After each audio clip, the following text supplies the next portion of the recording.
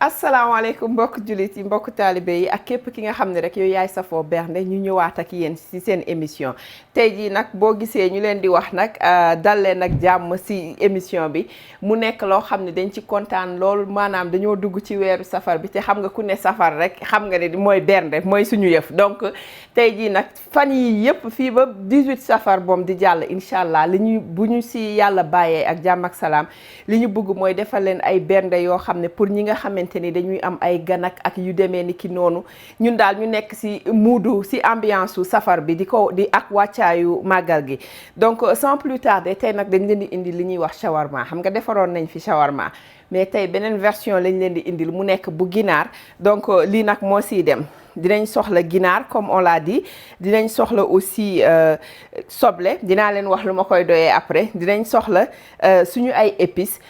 donc gis nga bii nii mélange u épices bii nii la mais dama koy dolliwaat donc mu nekk li si nekk mooy dafay am ail en poudre oignon en poudre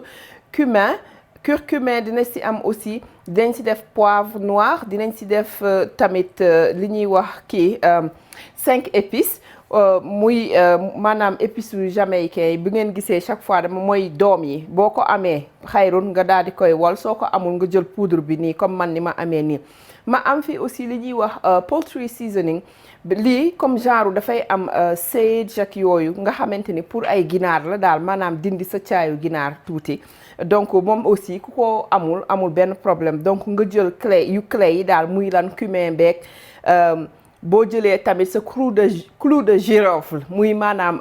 cloves nga daal di koy wal def ko fii sinon bu nekkee ni lii yëpp dafa metti am na épices yu ñuy jaay ba pare yoo xam ne pour shawarma la am na bu ginaar am na bu yàpp aussi yow yaay xool rek ban ngay defar nga jël ko ngeen gis fii li ma yore nii ñu koy wax sumac di c'est typiquement Middle Eastern waa Moyen-Orient ñoo koy gën a utiliser donc moom aussi dafay neexal dafa am goût comme genre lu citronné tuuti donc dafay xaw a dina neexal kii bi ndawal li ñu amee fii tuuti huile tuuti citron liquide tuuti aussi vinaigre donc ak xorom sans plus tarder dañuy daal di ñëw rek daal di commencer mariner parce que loolu moo si xaw a jël temps tuuti bu ko defee le temps ñuy mariner ak yooyu affaire yi di ko dugg ñu daal di mën a jublu si yeneen donc dinañ ko booleel comme li shawarma di àndal rek mburu beeg frites yeeg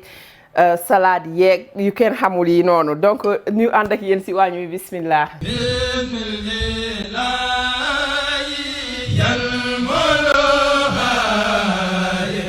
voilà gis ngeen kii bi épice bi damay daal di jël rek lépp mélanger ko gis nga mu nekk mu jox la benn xeetu épice tamit daal boo xam ne pour shawarma la lii mun ngeen koy defaral seen bopp daal di koy teg fële man dama koy am tout le temps di ko defar mais comme tey quantité li ñuy wax bernde la ñuy def carrément quantité bi ma yore dafa bari moo tax ma dolliwaat nii bu ko defee mu atténuer tuuti li ma yore woon fii nga xam ne dina ma mun a dimbali aussi quoi gis nga léegi damay daal di ñëw jël ndawal gi yëpp def ko ci récipient bi nga xam ne foofu laa koy mariner ku nekk li nga yore tey ji plate bii laa jël ndax ngeen gën a mun a gis li may def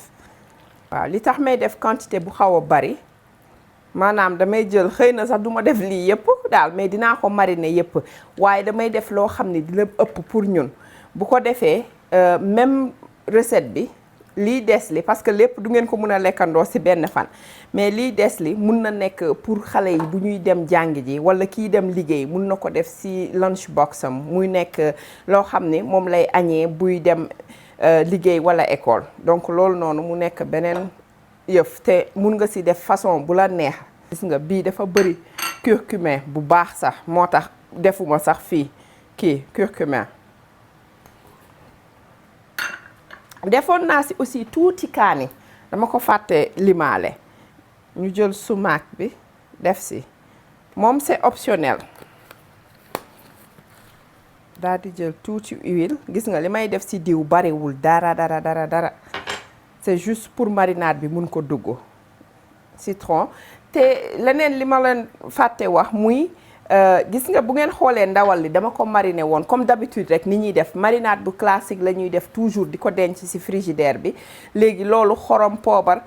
laaj bu tooy ak citron ak tuuti sel moom la ñuy def léegi loolu moom mooy nekk suñu base marinade yépp après nag léegi leneen loo ko bëgg a def nag loo bëgg a changer moo tax ma def ci épices yi nii parce que tey jii su ma ko mariner woon marinadu kii bi ni ñu koy waxee shawarma bi fekk tey jii ma bëggoon def brochette donc dama koy daal di yàq goût shawarma la may jox au lieu de li ma bëggoon ci boppam. soo teelee xam li ngay togg maanaam par exemple mun nga ko mariner la veille nga dugal ko ci sa frigidaire bàyyi ko loolu day gën a saf comme d'habitude rek gën a saf lay def te bu ma ko doon def par exemple pour la veille dama ciy defaale dagg tuuti soble daal di koy def ci biir. nga xam ni soble bu ci boppam nga xam ne day dugg ci biir def yooyu noonu yëpp mais tey jii comme lii mariné woon nañ ko ba pare ak yu am ay sobleek yooyu donc du graaw daal di ñëw dolli tuuti paprika rek ci affaire bi. nga bu ginaar bi moom noonu la moom day am ay paprika ak ay yeneen épices booy xool am na différence tey jii boo doon defar bu yàpp ni nga leen di mariner parce que ginaar moo mel noonu daal. gis ngeen nii lañ koy def bàyyi ko nag mu mariner lu mu gën a toog affaire yi di gën a neex donc man dinaa ko bàyyi fii par exemple comme yeneen 30 à 40 minutes presque booy xool parce que soxlawuma sax mu yàgg su ma neexoon léegi nii mun naa ko jël lakk ko parce que ndawal gi am na caf ko ba pare mais comme dama ci def yi nga xamante ni moom mooy yeneen épices yi ma ci dool dama bëgg ñu am temps ñoom tamit infusé bu baax a baax ci biir ginaar gi avant ñu koy lakk incha allah donc loolu mais ñu dem préparer tuuti nettoyer un tout petit peu après ñëwaat ak yéen.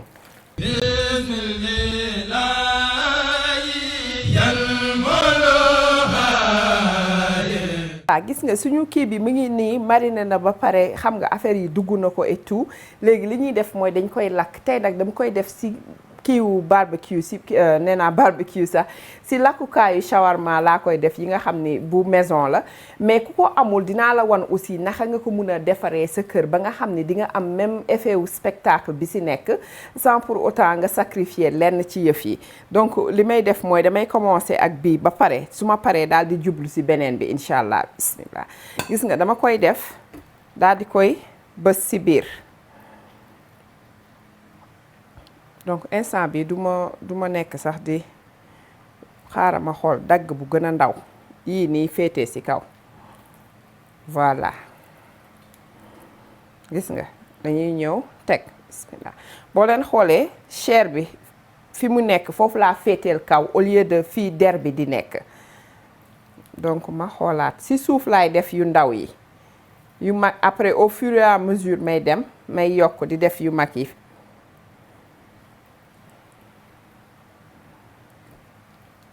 gis nga suñu defee ñuy alterner aussi xam nga sens bi laa tegee li gën a gudd li bu ma ñëwaatee bii sens laa koy def pour mu jox ma forme cône bi nga xam ni ñun ñëpp moom la ñu xamee shawarma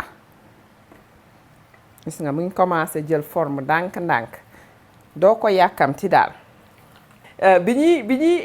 lim ingrédients yi dama fàtte woon wax leen lii nii ngeen gis ni graisse la. maa ngi ko jëlee graisse u xar la ku nekk yow yaay xool bu dee bu nag nga yore walla bu xar yow yaay xool léegi ma jël ko ma daal di koy wal comme gis nga booy wal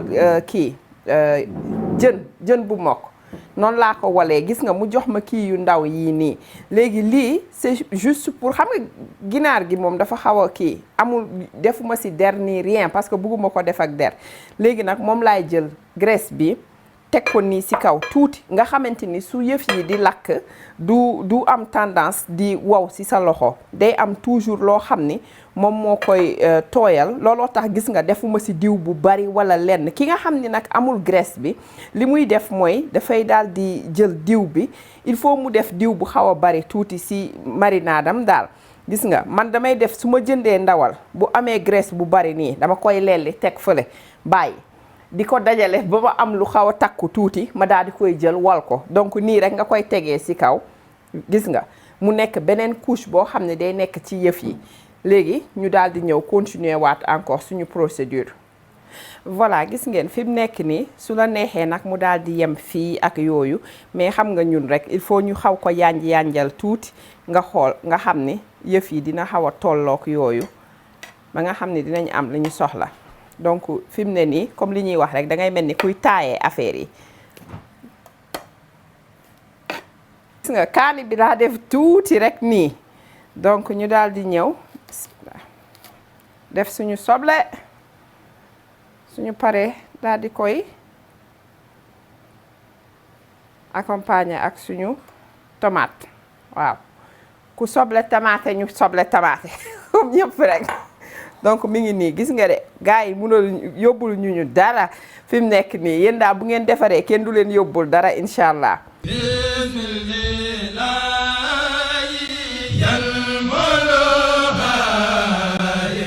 voilà li ngeen gis fii nag mooy loo bi nga xamante ni pour ki nga xam ni moom par exemple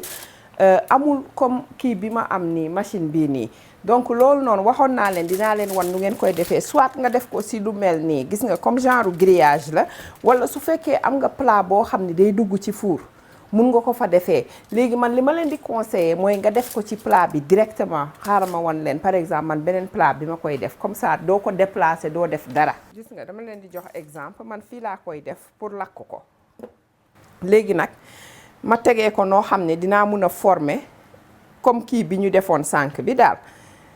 ma jël nag bant yi nga xamante ni moom la ñuy def ci kii gis nga dama jël soble yi xar ko si digg bi ki nga xam ne amoo soble wala buggoo def soble mun nga jël pomme de terre par exemple pomme de terre nga daal di koy xar tuuti da ngay jël nag pomme de terre yu dijj yi daal di dindi tuuti lelli tuuti si taat bi nga xam ne dina mun a toogu daal bu dul loolu dafay rouler noonu donc pomme de terre yu dijj yi ngay jël daal di koy def mais sinon soble bi moom du dina ci baax du si def dara donc nga daal di koy def nii gis nga teg yëf yi gis nga bu si nekk ma samp ko xam nga mi ngi commencé jël forme bi. léegi bi version li si neex mooy par exemple bant bu nekk mun nga si def différentes façons yàpp. bu la neexee fii nga def ginaar fii nga def yàpp xar beneen bant bi nga def si yàppu nag dugalee yëpp mais comme ginaar lañ nekk nii si lancé boobu lañ nekk dañuy continuer toujours ma wan leen par exemple nuñ koy defee daal incha allah. gis nga ñu jël rek tegale nañ fexe rek ba yëpp nekk si même place bi rek après le reste moom mooy defaral boppam.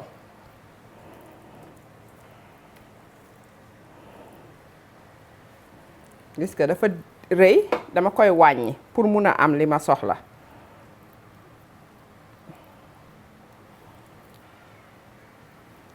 gis nga nii rek ngay def ainsi de suite ba baa muy jeex da ngay dem ba benn moment ñoom ñëpp dañuy daal di def nii tolloo. gis nga li ma leen wax léegi nañu def nii ma wan leen nag léegi bu fekkee benn soble kese nga jël pour defar li nga bëgg a def.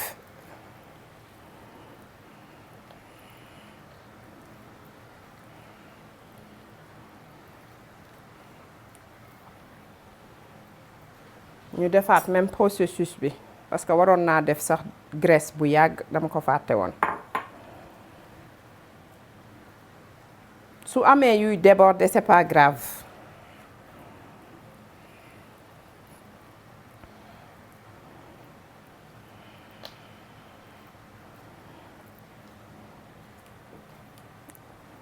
gis nga ñu jël yi nga xam ne dafa am dagget yu sew yi ma jël ko rek tegee ko nii. donc au fur et à mesure may dem may xaw a lelli tuuti gis nga comme ni ñu nettoyé woon rek bu bële nële. gis nga mangook léegi pour juste m'assurer comme benn la dama prévoir oon def ñaar ma end up def benn kese donc mu ngi nii damay jamaat lii rek ci biir juste pour mu am équilibre bu baax. jeex na tàkk nii nga koy def donc gis nga xam nga su ma desee woon ndawal bu baree bare mënoon na dem ba jël forme comme kii ba ñu defoon sànq noonu donc moom aussi ñu def rek comme ni ñu def beneen bi def suñu soble xam nga def graisse bi gis nga ma daal di jël kaani bi encore teg ci kaw nii mu optionnel soble gis nga ma daal di jël suñu tomate bi daal di def nii gis ngeen defar nañ ko ba mu baax ñu am suñu ñun tamit beneen yëf boo xamante ni ki nga xam ne amul machine bi mun na utiliser lii à la place de la machine nga xamante ni yow dara du la manqué te bu la neexee léegi nag soo paree à ce niveau nga daal di koy def ci four bi donc su fekkee ni ki nga xam ne amul four comme li ma leen di wax chaque fois jël ko nga dugal ko ci cin bu fekkee ni ci cin laa ko doon def dama koy teg ci lu mel nii walla plat boo xam ne dina dugg ci biir cin ma dugal ko fa daal di ub cin bi ràpp nga xam ne day dem ba de temps en temps nga ñëw di ko vérifier donc il faut nga am cin bu xaw a xóot tuuti nga xam ne di nga ko mën a ëpp. nga dañ koy jël dugal ko ci four bi ay 450 ba 475 degrés moom mooy nekk environ 240 wala 245 degrés Celsius donc noonu lay nekk 475 yi wala 450 yi loolu Fahrenheit la donc ñu daal di def loolu après daal di ñëwaat ak yéen di leen wan progrès yëf yi incha allah.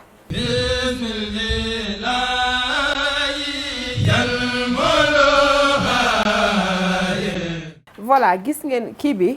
bi nga soble bi nga xam ne moom lañ jëloon dama koy def ci e-wave bi dama ko doon bëgg a def sama four bi mais dafa mel ni sama four bi dafay déconné tey jii donc moo tax ma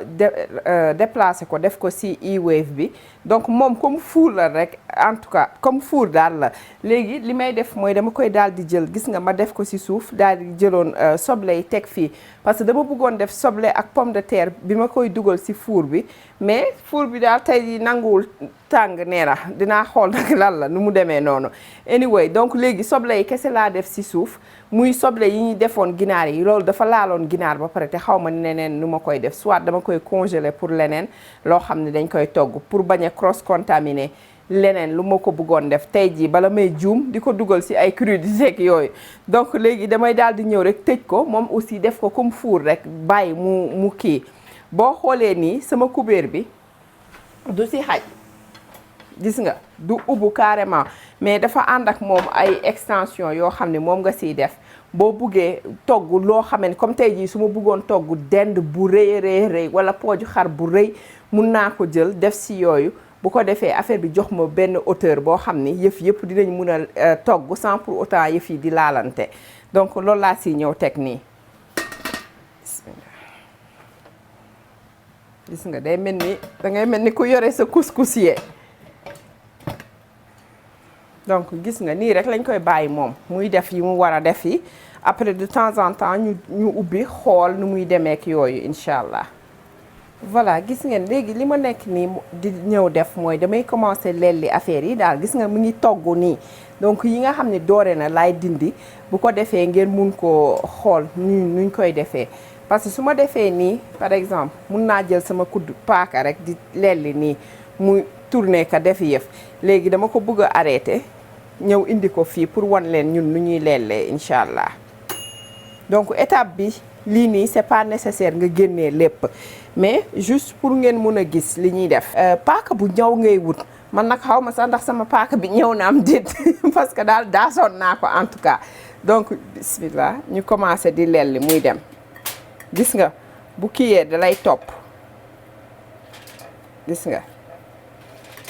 yow bul woori donc ñu continuer tourner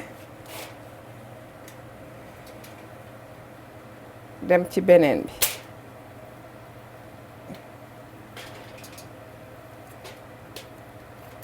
gis nga lii da ngay bàyyi mun nga ko def nii wala su ngeen toogee yéen ñëpp ci table bi ngeen koy def nga ko fay teg di ko lelli ndànk par ndànk gis nga soo rëccalee am yoo dagg yu dijj bul inquiété wu dina ñëwaat encore incha allah donc nii dañuy continuer di ko carve ba ñuy pare gis nga tomate bi dinaa dolliwaat encore beneen gis nga donc nii rek lañ koy def gis nga nu mu commencé jël forme bi ngay def ndànk-ndànk doo ko yàkkamti donc yi nekk fii bu la neexee nga génnee ko su la neexee nga bàyyi ko fa parce que jus baa ngi si donc du am temps di wow ak yooyu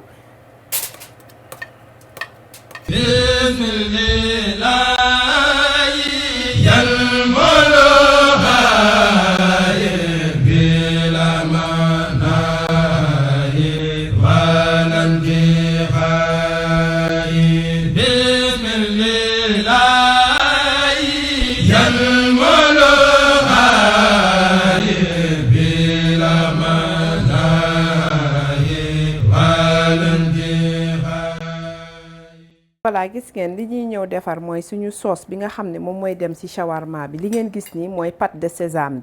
bi nga xam ne moom la ñuy jël tout le temps rek di ko def donc damay def tuuti tey ji moom lépp laay mixé nga xam ne du ma defar ñaari sauce yu bokkul benn rek laay jël defar ko incha allah nga xam ne ñun ñëpp dinañ ko mun a kii dinañ si mun a jëriñu. toujours rek comme d'habitude dañ koy jéem a purée xam nga moom dafa xaw a dëgër bopp bismillah ma def tuuti citron. léegi dañuy daal di jël gis nga yaourt nature wala soow gis nga man tey jii soow laa jël parce que moom laa fi amee sama yaourt nature dafa jeex ma daal di koy mixé xam nga lii dang na moom pour soow pour kiiwu shawarma. léegi beneen ingrédient bi ñu siy def mooy dama jël fii concombre ma râpé ko daal di jël aussi kii soble ma daal di koy râpé ma jël soble daal di koy râpé gis nga léegi bi ma ko râpé dama si def sel si côté concombre bi comme ça mu génneel ma ndox bi nga xam ne mooy nekk si concombre dafa mën a am ndox donc loolu laa jël ma daal di koy teg nii 5 minutes rek nga gis ndox bi yëpp génn après dama koy xent nii ba nga xam ne ndox bi deñ na si soble bi ak si kii bi si concombre bi bu ko defee ma mun ko mixer fii nga xam ne man damay nekk en contrôle damay am contrôle kii bi sauce bi ni ma bëggee mu dang donc loolu man may nekk en kii in charge si dangaay bi. léegi damay daal di jël tuuti kaani lii c'est optionnel ak tuuti sel gis nga daal di mixé bu baax a baax. léegi nag ma xaw a xent nag léegi sama kii bi sel bi ci boppam nee naa ko sel oignon bi looloo tax nangu ma woon def sel bu bari parce que comme dama defoon fii sel te dindiw ma ko bëgguma yëf yi wex gis nga duma ci teel a dolli liquide wala lenn parce que su ma ko bàyyee nii fii rek ay 5 minutes yooyu di nga gis liquide bi ci nekkoon bi nekk ci yeneen affaires yi commencé génn ñoom tamit donc damay ñëw daal di def ci tuuti ail en poudre ak tuuti oignon en poudre su ko defee ma daal di xool assaisonnement beeg yëpp léegi fii rek 5 minutes ma ñëwaat xoolaat encore lu ñu war a def incha allah ndax dama ci war a dolli tuuti ndox wala. ok tuuti ail en poudre tuuti oignon en poudre ku mu neex mun nga ci dolli tuuti lem wala tuuti agave wala lenn loo xamante ni yow moom ngay safalee suukar juste rek pour mu wàññi nu mu amee acide noonu maanaam citron beeg foroxaay yeeg yooyu nga xam ne daf koy balancer donc mu ngi nii nañ ko bàyyi 5 minutes le temps ñuy nettoyer ak yooyu après ñëwaat wan leen bu incha allah ngeen gis ko bu paree nu muy mel ak yooyu noonu yépp.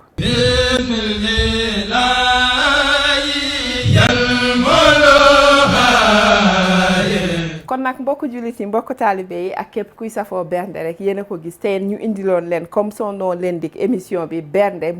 toujours si sa weeru safar bi donc di leen wax ni ki nga xam ne am nga gan ak yooyu mun nga defar nii gis nga bu soble bi waxoon naa leen ko te wanoon naa leen ko aussi nii rek nga koy tegee daal di bàyyi nag sa gan yi boo leen demee si kaw table bi ngeen di ko dagg ak yooyu di defaral seen bopp ku nekk nga defaral sa bopp donc foofu la kii bi ambiance bi yëpp nekk. tey nag émission bi ñu ngi koy jox fan su bernde yëpp plus particulièrement ñoom lañ ko jox tey jii ñoom lañ ko dédié di leen wax ni ndax waajal safar bi mais aussi di ko jox Gora Konté ci Touba di ko jox sëñ Ibrahima Kébé also ci Touba di ko jox Naar Ndoy ci Tampa si suñu caméraman bi Alioune Sine moo la ko jox donc ñoom ñëpp ñoo leen ko jox di leen wax ni vraiment bu leen fàtte di inscrire aussi di abonné aussi kii bi YouTube bi di partager vidéo yi aussi ñu ngi gis seeni commentaires ak recommandation yeeg yooyu noonu suggestion yi di leen wax ni vraiment ñu ngi leen di remercier bu baax di leen wax ni di leen jox dig daje ba beneen yoon di leen wax asalaamualeykum wa rahmatullah.